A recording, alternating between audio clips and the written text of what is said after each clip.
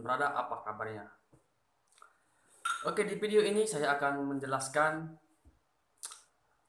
apa sih yang harus kita perhatikan, yang harus kita lakukan dulu sebelum kita sebelum kita belajar beberapa teknik freestyle nunchaku ya. Jadi teknik-teknik freestyle itu banyak sekali. Sebelum kita belajar tentang bagaimana untuk belajar sebuah teknik freestyle, berikut ini adalah beberapa hal yang harus diperhatikan sebelum kita belajar nunchaku. Oke, yang harus kita perhatikan adalah nunchakunya tersendiri. Ya, sebelum kita belajar freestyle, sebelum belajar teknik-tekniknya, kita harus mengetahui dulu dengan nunchaku yang akan kita gunakan. Oke, bagi pemula yang baru benar-benar pertama kali belajar nunchaku dari nol, pemilihan nunchaku itu sangat penting sekali ya. Oke, baiklah, ini nunchaku handmade buatan saya sendiri. Pertama yang harus kita perhatikan adalah dari bilah nunchakunya tersendiri. Ya, ini adalah bilah atau gagang. Biasanya saya sebutnya bilah nunchaku. Yang kedua ini adalah konektor atau penyambung. Dan yang ketiga ini adalah swivel di dalamnya. Ini yang melekatkan konektornya, swivel. Ini adalah 3 bagian dari nunchaku. Yang pertama yang harus kita perhatikan adalah pemilihan bahan dari bilah. Kita nunchaku pemula. Untuk nunchaku pemula, alangkah baiknya memilih bilah itu yang lebih ringan ya. Yang lebih ringan, jangan terlalu berat. Biasanya yang kita beli di toko-toko olahraga itu nunchakunya berat ya. Jadi kita cari yang ringan ya. Pemilihan bilah yang ringan. Oke. Yang kedua itu adalah konektor. Sebenarnya konektor ini bebas sih, mau pakai yang tali atau yang rantai. Tidak masalah untuk kita pemula.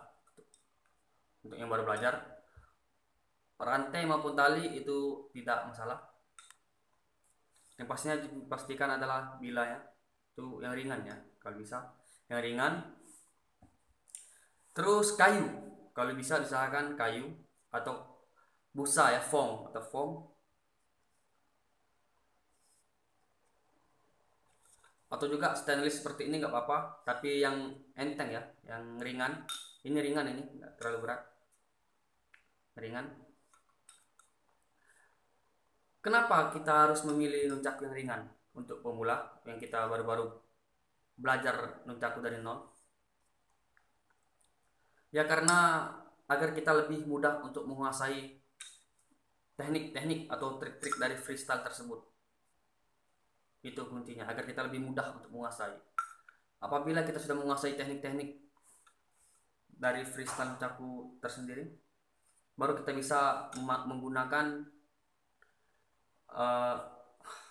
bilah yang lebih berat ya, nunchaku yang lebih berat.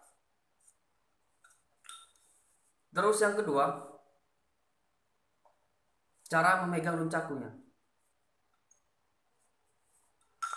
Ya, dari cara memegang nunchakunya, di freestyle itu dia memegang nunchakunya di pangkal. Sini pangkal. Ini. Begini cara memegangnya kalau untuk freestyle. Apakah di sini boleh? Boleh juga untuk di teknik-teknik freestyle atau trik-trik tertentu biasanya memegang di ujung. Dia lebih berat ya. Untuk lebih memudahkan kita mempelajari teknik-teknik freestyle, itu langkah baiknya kita memegang nunchakunya di depan kayak gini. Tuh. Dari pangkal sini itu jaraknya 2 jari. Tuh. 2 jari, kasih jarak 2 jari. Ini agar kita lebih mudah untuk mempelajari teknik-teknik freestyle ya.